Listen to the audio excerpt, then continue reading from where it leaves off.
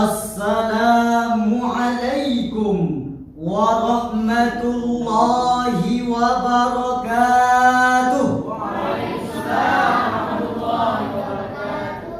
Alhamdulillahil qail inna ma'al usri yusra. Wassalatu wassalamu ala sayyidina Muhammadinil Mustafa wa ala alihi wa sahbihi dhawil huda wat tuqa. Amma ba'd. Majlis hakim, hadirin yang saya muliakan, adalah Amir Syakib Arsalan, seorang penulis terkemuka asal Libanon. Beliau berkata, limadha ta'akhkharal muslimun wa taqaddama ghairuhum. Kenapa orang-orang muslim itu mundur di saat orang lain maju pesat dalam segala bidang? Hadirin, kalimat ini memberi pesan kepada kita bahwa Syakib Arsalan menganalisa terhadap kondisi terburuk dan perpecahannya umat Islam pada waktu itu. Salah satu sebab kemundurannya ialah hilangnya sikoh, artinya kepercayaan terhadap Islam, karena pelakunya tak istiqomah dalam kejujuran, sehingga umat Islam pada waktu itu sangat mudah dicengkram oleh imperialis penjajah Eropa. Hadirin, pendapat tokoh ini menginspirasikan kepada kita bahwa Islam menjunjung tinggi karakter kerja yang tepat, cepat dan akurat. Moralitas kerja yang rendah menghilangkan keberanian, gagal mengembangkan kapasitas intelektual diri. Kerja yang tidak sistemik dan amanah akan melahirkan sikap despotik yang memperlakukan rakyat sewenang-wenang. Tidak amanah dalam bekerja akan mengakibatkan enggan berkorban demi nusa, bangsa dan agama, sehingga rancangan bangsa ini sering kali buntu, gagal di tengah jalan karena pengkhianatan para oknum organisasi, oknum pemimpin dan oknum intelektual yang tidak lagi menjunjung tinggi perintah ilahi untuk mengaplikasikan sikap sang baginda Nabi. Prihatin dengan hal ini, terinspirasi saya untuk mengangkat sebuah topik pidato dengan judul Istiqomah dalam kejujuran adalah prinsip dasar bekerja dan berbangsa. Majelis hakim, hadirin yang saya muliakan, kita sebagai manusia harus mampu mentransformasikan potensi yang terpendam menjadi kenyataan. Karakter kerja itu harus mampu memberikan motivasi serta mendorong kawan sejawat, mitra kerja untuk memupuk kebersamaan di bawah payung kejujuran dengan semangat kerja dan berbangsa. Demikian ungkapan Bapak Presiden Republik Indonesia dalam visi dan misinya menuju kehidupan sejahtera. Seiring dengan itu, Umar bin Khattab berkata, "Harrik yadaka fa'anzala 'alaika rizqa." Gerakkan tanganmu, maka Allah akan melimpahkan rezeki kepadamu. Karena itu hadirin, untuk mengembalikan prinsip kerja mukmin sejati, pengikut para nabi berjiwa pemberani meskipun ia seorang petani, tapi masih punya harga diri. Idealnya menjadikan Rasul sebagai inspirasi dan akhlaknya yang terpuji yang menjadikan Al-Quran sebagai solusi. Allah berfirman dalam Al-Quranul Karim, surah Al-Ahzab ayat 70. أعوذ بالله من الشيطان الرجيم.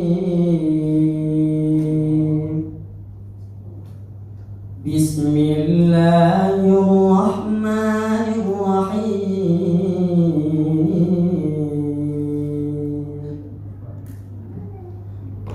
يا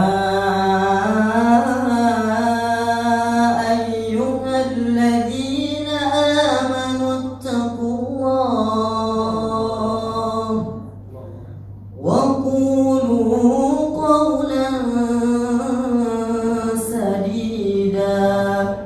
Wahai orang-orang beriman, bertakwalah kamu kepada Allah dan berkatalah dengan perkataan yang benar. Majelis hakim, hadirin, para pecinta pentas PAI yang saya muliakan, Imam Hafidh Abu Al-Fida Ibnu Katsir menjelaskan bahwa Allah berfirman memberikan perintah kepada hambanya yang beriman untuk bertakwa dan beribadah kepadanya. Sesuatu ibadah yang seakan-akan melihatnya serta mengatakan qaulan sadida, perkataan yang benar, yaitu yang lurus, tidak bengkok dan tidak menyimpang. Allah menjanjikan kepada mereka, jika melakukan demikian Allah akan membalas mereka, yaitu dengan diperbaiki amal-amalnya, yaitu dengan diberinya taufik untuk beribadah kepadanya. Sesuai dengan hal tersebut, Rasul juga memerintahkan kepada kita dalam sebuah hadisnya yang diriwayatkan oleh Imam Al-Bukhari dalam kitab Sahih Bukhari jilid 8 halaman 25. Inna sidqa yahdi ilal birri wa innal birra yahdi ilal jannah wa innar rajula la yasduqu hatta yuktaba siddiqan wa innal kadhiba yahdi ilal fujur wa innal fujur yahdi ilan nar wa innar rajula la yaktiba hatta yuktaba kadzaban.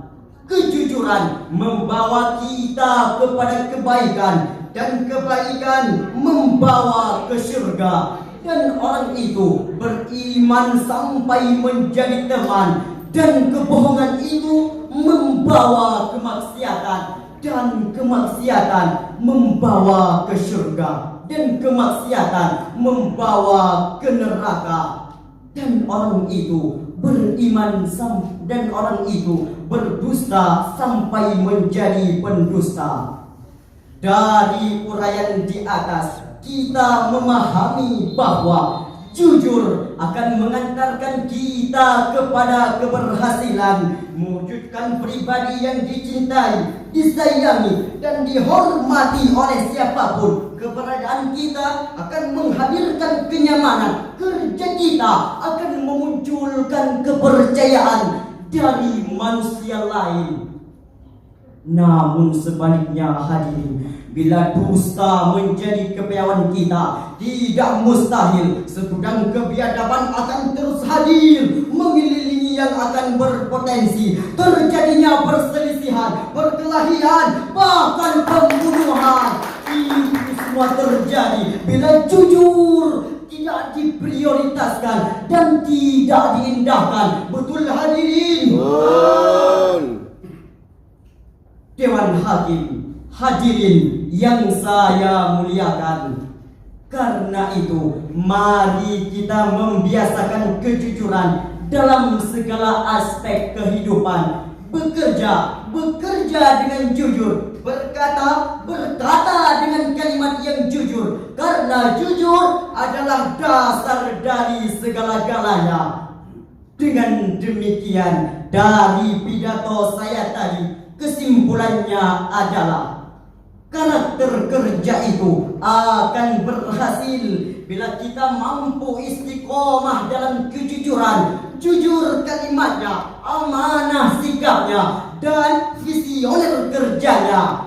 Kita sebagai manusia harus mampu mentransformasikan potensi yang terpendam menjadi kenyataan, dan di bawah payung kejujuran dengan semangat kerja, dan kerja. Ada akhirat setelah dunia, senantiasa patuh kepada Sang Pencipta. Hasbunallah, wassalamu alaikum warahmatullahi wabarakatuh.